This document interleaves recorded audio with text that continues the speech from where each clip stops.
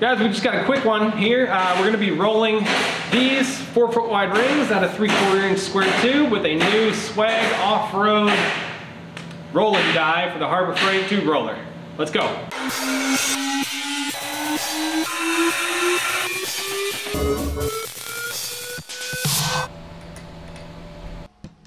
So these Harbor Freight tubing rollers are great, especially for the money, but it is a pain to change out the dies on them.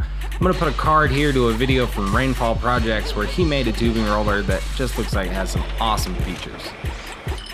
And Anton and I just jumped right into this project. It's really not that complicated, but it's one of those things where you need the equipment, and he got in touch, asked if I had a roller. I did, so he's here in the shop.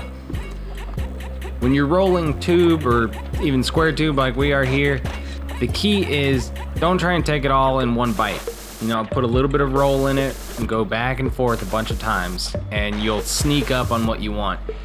As you'll see in the end, we did over roll it a little bit, and it's easy to do and it's hard to fix. So take your time, practice, and you'll get there.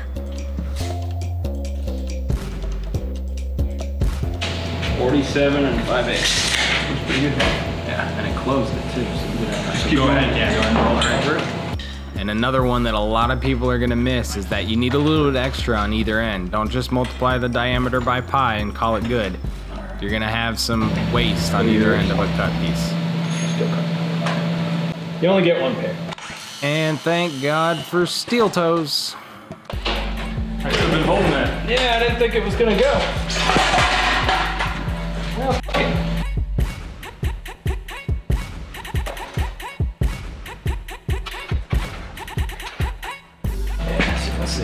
This is where we overbent this one just a little bit, but we can take that back out.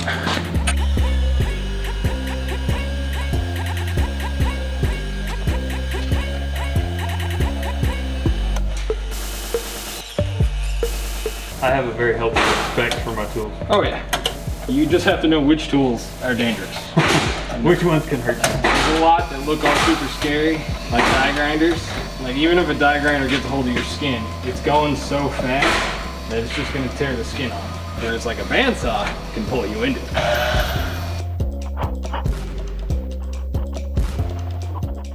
Well, forgot to record this part, so I'm pulling the footage off my security cameras, and what we're doing here is just welding up the first ring and then aligning the second to it so that they match.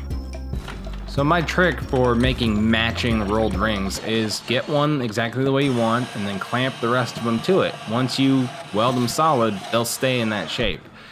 So we cut a little piece to make the second match the first because I overcut it, and I let Anton do the welding because he wanted to, and he did a great job. All right, so there we go. We've rolled these rings up. This one we had to add a little piece to, but it's great. What are you making out of these? Firewood holder. Like that? Yep. Cool. All right, cool. Send me a picture. I'll put it in the video. Cool. Having Anton here reminds me, I had JK Canvas over in the shop, God, a while back now, and I just hadn't had a chance to edit it. You guys, if you're in the area, give me a shout. I'm always happy to have viewers in the shop, and maybe we can work on something together. All right, guys, so as I'm doing this edit, I'm just realizing I need to tell you all about FabTech. I'm gonna be there this year. You guys should definitely get in touch. Follow me on Instagram. It's at 42Fabricate. Links in the description. Even if you're not an Instagrammer, you can still check it out. I will be updating what I'm doing a bunch on Instagram because it's the fastest way to get that information out. I look forward to seeing you, and if you come by, I'm gonna have these little coins available. I'm 3D printing them right now. I'm only bringing about 100, so make sure to get in touch early. I look forward to meeting you guys. It's the best part about this community is getting to meet each other. I'll see you there. All right, guys, welcome back to the shop. We're here with Will from JK Canvas. He was in town for something with work and wanted to stop by, so we're going to have a little bit of fun playing around with the HTP Pro Pulse 200. Let Will try that out. Cut up some coupons. What else have we worked on? Cleaned out the plasma table. Those are Shade 10 goggles. I left my other helmet at home. Don't do this if you're actually welding. Yeah, I mean that's a pretty damn good weld. Not bad for a pretty good weld for somebody who's just getting into it. Flushed? Yep. Not enough gas. This is where I did it right. Perfect.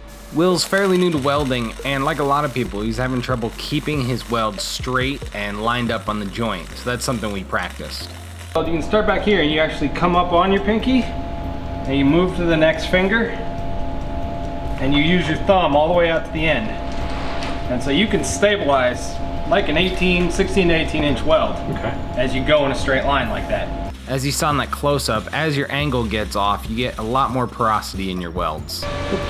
Yeah, much better. We're actually running too hot now. You see the undercut over here? Oh, yeah. Too much penetration?